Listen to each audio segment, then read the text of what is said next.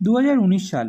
সেই সকালটা আজও আমার চোখে ভাসে, যেদিন আমি সিকিম থেকে ইয়ামথাং ভ্যালির উদ্দেশ্যে রওনা দিয়েছিলাম। রাস্তায় উঠতেই দেখি চারপাশটা ঘন কুয়াশায় ঢাকা। আশ্চর্য ব্যাপার হলো, কুয়াশা থাকলেও রাস্তা পরিষ্কার বোঝা যাচ্ছিল, যেন প্রকৃতি নিজেই সাদা তুলোর চাদর বেরিয়ে রেখেছে, আর তার মধ্যে আমি এগিয়ে চলছিলাম।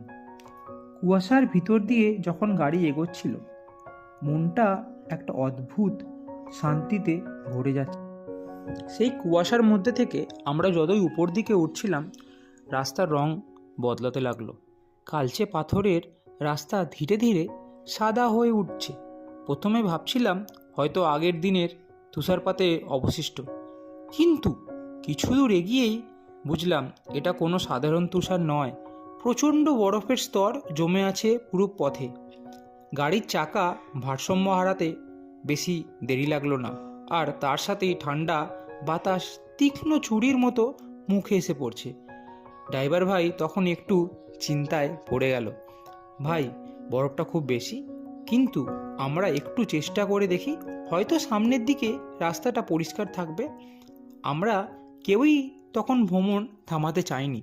সামনে কি অপেক্ষা করছে সেটা জানতাম না, কিন্তু একদিকে সৌন্দর্যের টানে আমরা এগোতে থাকলাম।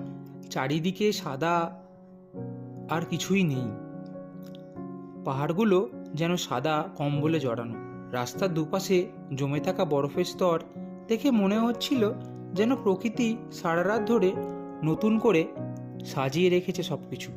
কিন্তু যত এগিয়েছিলাম ততই রাস্তা বিপজ্জনক হয়ে উঠছিল। বরফের পরিমাণ এতটাই হয়ে গিয়েছিল যে চলার পথে গাড়ির চাকা বারবার পিছলে যাচ্ছিল। একসময় মনে হলো গাড়ি একদমই থেমে গেল। সামনে প্রায় 2 ফুট বরফ জমে আছে, আর সেই বরফের নিচে রাস্তা কোথায় আছে বুঝতে পারছিলাম না।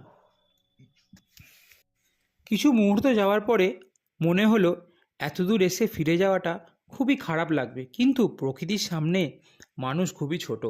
সেই সাদা দুনিয়ার মধ্যে দাঁড়িয়ে একটা অদ্ভুত অনুভূতি হচ্ছিল, ভয় তবু মুগ্ধতা।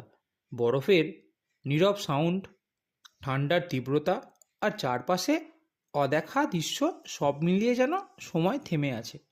ড্রাইভার আরেকবার একটু এগিয়ে দেখে এলো, তারপর এসে বলল, আর যাওয়াটা ঠিক হবে না, বরফ খুব ভারী হয়ে গেছে, গাড়ি স্লিপ করলে বিপদ হয়ে যাবে।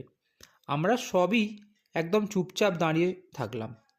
মাথায় তখন হাজার রকমের ভাবনা।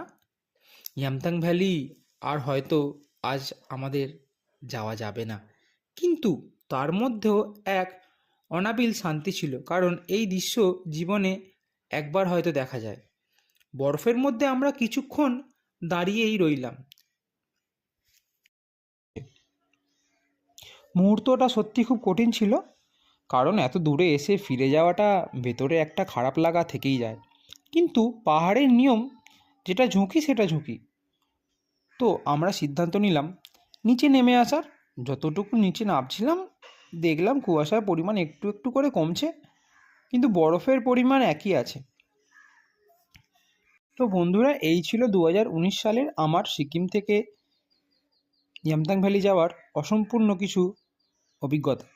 এই অভিজ্ঞতাটা ভ্রমণের আসল সৌন্দর্য